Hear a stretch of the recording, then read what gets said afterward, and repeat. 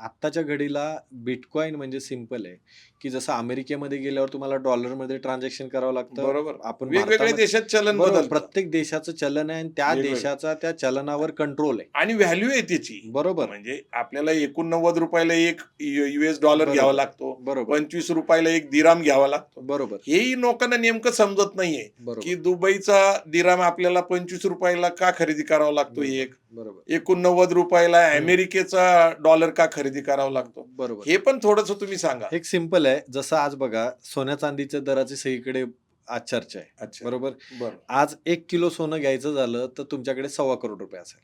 आज बरोबर. ते आता दीड करोड पर्यंत गेलो होतो. हा मग 1.5 करोड पर्यंत गेला. आज ₹1.25 करोडचा रेट आहे. बरोबर आहे. ते तुम्हाला 1 किलो चांदी घ्यायची असेल हा. तर तुम्हाला ₹1.5 लाख मोजावे लागतात. बरोबर. हे कशावरून ठरलं? कशाहून ठरलं? Supply and demand. Demand and supply. बरोबर. हा ओके. मग जर सोन्याला डिमांड जास्त आहे आणि त्याचा सप्लाय कमी, त्यामुळे सोन्याचा दर जास्त आहे. ओ. बरोबर. सिल्वरला आत्ता डिमांड आलेला आहे. हम्म. इंडस्ट्रियल यूज असेल, त्याचा सोलारमध्ये यूज असेल, बरोबर. त्याचा कॅन्सरवर औषधसाठी असेल, परंतु जगामध्ये सोन्यापेक्षा जास्त चांदीचे साठे आहेत. बरोबर. त्याच पद्धतीने आज डॉलरला डिमांड जास्त आहे. बरोबर. त्यांची इकॉनॉमी स्ट्रॉंग आहे. हम्म. त्यामुळे आज आपल्याला $1 ₹85 मोजावे लागतात. बरोबर. तेच पाकिस्तानवाल्यांना त्यांच्या करन्सीच्या ह्याच्यामध्ये $200 मोजावे लागतात. बरोबर. बरोबर. कारण पाकिस्तानची इकॉनॉमी टोटल कोलॅप्स आहे यामध्ये. त्यामुळे हे त्याच्यावर ठरलं जातं की रुपया जो आहे आज दुबई सारखा देश आपल्या मागून आज त्यांची प्रगती करन्सी केली. ₹25 आहे. हे म्हणजे ते स्वतंत्र झाले 1971 ला. बरोबर. तर 4 दिरामला हा. ₹1 मिळायचा. बरोबर. म्हणजे आपला ₹1 त्यांना 4 दिरामला घ्यायला लागायचा. बरोबर. बरोबर. आता आपल्याला ₹25 देऊन 1 दिराम बरोबर. घ्यायला लागतो. Yes. मला एक पुढे विषय न्यायचा असा की गोल्ड आणि सिल्वर मध्ये इन्व्हेस्टमेंट करावी का, हे एक चर्चेचा हा. विषय असतो. हा. कारण गोल्डचे रिटर्न्स नेमकं लोकांना हा. माहित नाही आणि आपल्याकडे खरं गोल्ड हे भावनिक आहे. हा, हा. ते ऑर्नामेंट्स मध्येच हा. कन्वर्ट होऊन जास्त आपल्याकडे राहतं. हा. गोल्ड इन्व्हेस्टमेंट, सिल्वर इन्व्हेस्टमेंट बद्दल एक वेगवेगळी चर्चा बरोबर. चालू असते. दुसरा आपल्याला रिअल इस्टेटचा एक विषय आहे बरोबर. जो इन्व्हेस्टमेंटशी संबंधित आहे. तर gold, silver, share market, mutual fund आणि रिअल इस्टेट म्हणजे फ्लॅट्स घेणे, प्लॉट्स घेणे.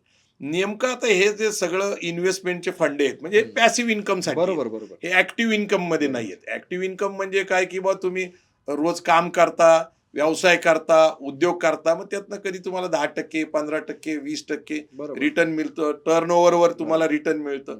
हे कामातनं मिळणारं जे काही उत्पन्न आहे ते म्हणजे ऍक्टिव्ह उत्पन्न. बरोबर. तुम्ही त्यासाठी काम करता, अर्निंग करता. अर्निंग करता. पॅसिव्ह इन्कम तुम्ही त्यासाठी काम करत नाही, गुंतवणूक करून ठेवता आणि ती वाढते. आणि नेमकं बरोबर. तुम्ही काय सांगत होता की सध्याची अस्थिर परिस्थिती आहे. बरोबर. एआयचा काळ आलाय, त्यामुळे इन्फॉर्मेशन टेक्नॉलॉजी मागे पडत चालली. बरोबर. बेरोजगारी परत वाढण्याची शक्यता आहे. त्यामुळे एकाच नोकरीच्या उत्पन्नावर अवलंबून न राहता पॅसिव्ह इन्कम सुद्धा निर्माण केला पाहिजे. बरोबर. पॅरलल इन्कम निर्माण बरोबर. केला पाहिजे. पण पॅरलल इन्कम निर्माण करत असताना नेमकं शाश्वत काय? शेअर मार्केट बद्दल तुम्ही म्हणला काही लोक म्हणतात ते जुगार आहे का, तर बरोबर. ते एक तुम्हाला क्लिअर करावं लागेल. नेमकी गुंतवणूक कुठे करावी? बरोबर. आपल्या प्रेक्षकांना ह्या विषयामध्ये आपण हे 10-11 महत्वाचे विषय आहेत जे अंबानीपासून एक सामान्य कुटुंबाच्या गरजेचे आहेत. पण जो आपला मगाचा मुद्दा होता तो क्लिअर करतो की बिटकॉइन जे आहे हे आभासी चलन सेम तसंच की जसं आपण लहानपणी नवा व्यापार खेळायचो, अच्छा. ते पैसे आहे ते त्या खेळातच चालायचे. बरोबर. तर हे बिटकॉइन म्हणून हे जे चलन आहे हे बनवलं गेलं, हे डिजिटल आहे. अच्छा. म्हणजे एक मायनिंग. पण त्यात खूप लोकांचं आर्थिक नुकसान झालंय, बरोबर. फसवणूक झाले, हो, म्हणून मी हो, प्रश्न हो. विचारला. मग तो जो विषय हाच आहे की सातोशी नाकातो असं काहीतरी त्या व्यक्तीचं नाव आहे, तो अजून कोणी आहे माहिती नाही. अच्छा, तो माणूसच आयडेंटिफाय, माणूसच आयडेंटिफाय, त्याचं काय आधार कार्ड नाही, पॅन कार्ड नाही, काही नाही. तर त्यांनी काय केलं की या पद्धतीने देश पण माहित नाही. बरोबर एक खेळ तयार केला. चलन तयार. बरोबर. हा पहिला एक खेळ तयार केला. म्हणजे काही मॅथमॅटिक्स होतं, काही त्याचं इंटेलेक्च्युअल होतं आणि मायनिंग म्हणजे लोक खाणकाम करायला जायची आणि सोनं मिळायचं. या धर्तीवर तुम्ही ही मायनिंग करा, ही कोडी सोडवत जावा इथे, म्हणजे जशा स्टेप्स असतात प्रत्येक ह्याच्यामध्ये ते सोडवत जावं, मग ते तुम्हाला मिळत जाईल. मग तुम्ही एवढा तास याच्यावर काम केलं, हे सॉल्व्ह केलं, मग तुम्हाला 1 बिटकॉइन मिळाला. मग ह्या 1 बिटकॉइनचं सुरुवातच झाली आहे जवळपास 2008-9च्या म्हणजे ह्या मंदीच्याच काळाच्या याच्यामध्ये.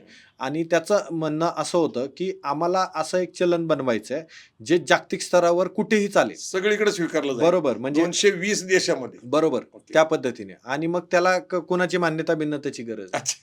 म्हणजे जर मला अमेरिकेमधून काही खरेदी करायचं आहे तर आमचे हे पैसे चालतील, अच्छा. अशा पद्धतीने ते सुरुवात झाली. लोक खेळत गेले आणि ते मायनिंग करत गेलं, तसं सुटत जाणार तसे ते तुम्ही म्हणजे बघा ना, आज आपण घरी बसून पैसे प्रिंट करू शकतो का? नाही. नाही प्रिंट करू.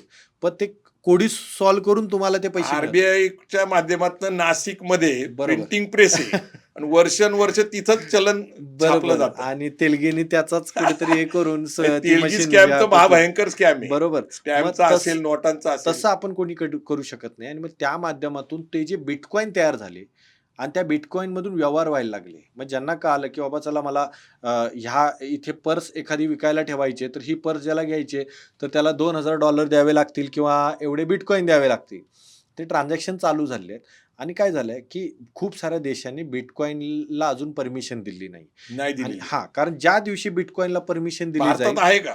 भारतात बिटकॉइनला परमिशन नाहीये. मग माझ्या मित्राचे 45 लाख रुपये बिटकॉइन मध्ये गेले, म्हणून मी हा मुद्दा याच्यामध्ये कसं आहे, हे जसं शेअर बाजारामध्ये होणारे फ्रॉड आहे फ्रॉड आहे. इथे, त्याच पद्धतीने हे वेगवेगळे ऍप तयार केले जातात. काही ट्रेडर सुद्धा बोगस असतात. बरोबर इथे. मग त्याच माध्यमातून जसं तुम्ही सांगितलेला 1 करोडचा फ्रॉड आहे की आपल्याला जसं आज तुम्ही एक चांगल्या पद्धतीने तुमची कंपनी रन करताय आणि तुम्ही रेरा रजिस्टर्ड बिल्डर आहात, बरोबर. मग आज कोणताही 10 लाखाचा फ्लॅट घ्यायला जाऊ दे, नाही तर 1 करोडचा, तर तो पहिला व्यक्ती विचारतो तुम्ही रेरा रजिस्टर्ड आहे का? गव्हर्नमेंटकडे तुमचं. बरोबर. मग तसं एखाद्या गुंतवणूक सल्लागाराकडे जायचं तर तो कुठे रजिस्टर्ड आहे, हे कोणते रजिस्ट्रेशन आहेत हे लोकांना माहिती. डॉक्टरकडे गेलं की एमबीबीएस ची डिग्री आहे का, एमडी आहे का, एमएस आहे का, तसं फायनान्शियल जे काही गाईड आहेत किंवा इन्व्हेस्टमेंटसाठी गाईड करतात त्यांची डिग्री तपासली पाहिजे आपण. बरोबर. पण त्याला ते आवडेल का नेमकं? बरोबर. मग हे माहिती नाही. तसंच त्या बिटकॉइन मध्ये की ते एक बिटकॉइन आहे आणि तसे मग डॉग कॉइन झालंय, वन कॉइन झालंय, बरोबर. अजून ती म्हणजे याची पिल्लावळ निघालेली आहे. इलॉन मस्कनी स्वतःचं कॉइन काढलेलं आहे. म्हणजे हे बोलतात. पण हे लवकर होणं शक्य नाहीये. का? ह्याच्या मागचं कारण सांगतो की जगाचं अर्थकारण 2 गोष्टी कंट्रोल करतायत. म्हणजे 3 गोष्टी होत्या. त्याच्यामध्ये पहिला स्थान होतं क्रूड ऑइलचं इथे. म्हणजे हे जे अरब देश, तुम्ही जे दुबईचं सांगितलं, त्यांनी गल्फ कंट्रीनी चांगलं त्याचं मॉनिटायझेशन केलं, बरोबर. आणि त्यांना हे पण लक्षात आलं, म्हणजे खूप जबरदस्त उदाहरण आहे की आपलं क्रूड ऑइल कधी संपणार आहे आणि मग तेव्हा आपल्याला जागतिकरित्या ओपन कसं व्हायचंय, बरोबर. जात धर्म बाजूला ठेवून ते त्यांनी दाखवून दिलं. दुसरं होतं सोनं, बरोबर. अमेरिकेला आज अमेरिका जागतिक आर्थिक म्हणजे महासत्ता काय, ह्याच्या मागचं कारण आहे सोनं. आणि सोन्याचं त्यांना हे कळालं, म्हणजे महत्व कळालं, आणि त्यांनी गोल्ड रिझर्व कसे बनवले, बरोबर. ह्याची एक चांगली गंमत आहे आपल्या प्रेक्षकांना की अमेरिकेने त्यांच्याकडे जेवढ्या लोकांकडे सोनं होतं, सामान्य जनतेकडे, ते सगळं सेंट्रलाइज केलं. अच्छा. म्हणजे फतवाच काढला की जसं आपल्या महाराजांच्या काळात असायचा, तर फतवाच काढला की ज्यांच्याकडे सोनं आहे त्यांनी सरकारला सबमिट करायचं का डिक्लेअर करायचं? सबमिट करायचं, त्यांचं हस्तांतर करायचं. यस. आणि त्याचे पैसे तुम्हाला दिले जातील. पण त्याच्या माध्यमातून काय झालं की गोल्ड रिझर्व मध्ये आज जवळपास 80% अमेरिकेकडे. त्या माध्यमातून त्यांनी करन्सी प्रिंट केली. पण गंमत अशी आहे की केरळला एक मंदिर आहे, त्याचा अजून तो 7वा दरवाजा उघडला नाही, आणि असं म्हणतात की त्यातलं जेवढं सोनं आहे, बरोबर, ते कदाचित भारतातलं सगळ्यात जास्त सोनं असेल एका ठिकाणी. भारतामध्ये अनअकाउंटेड गोल्ड जास्त आहे, म्हणजे भारतात अनअकाउंटेड आहे. बरोबर. कारण भारतात ते सोडा, भारतातल्या आज गृहिणींचं जरी सोनं अकाउंटेड केलं तर कदाचित आपण अमेरिकेच्या पुढे जाऊ. पण त्यांच्याकडे अकाउंटेड गोल्ड जास्त असल्यामुळे तेव्हा वर्ल्ड बँकचा नियम होता की तुमचा GDP, बरोबर, तुमच्याकडे असला गोल्ड रिझर्व, याच्यावर तुम्ही तुमची करन्सी प्रिंट करू शकता.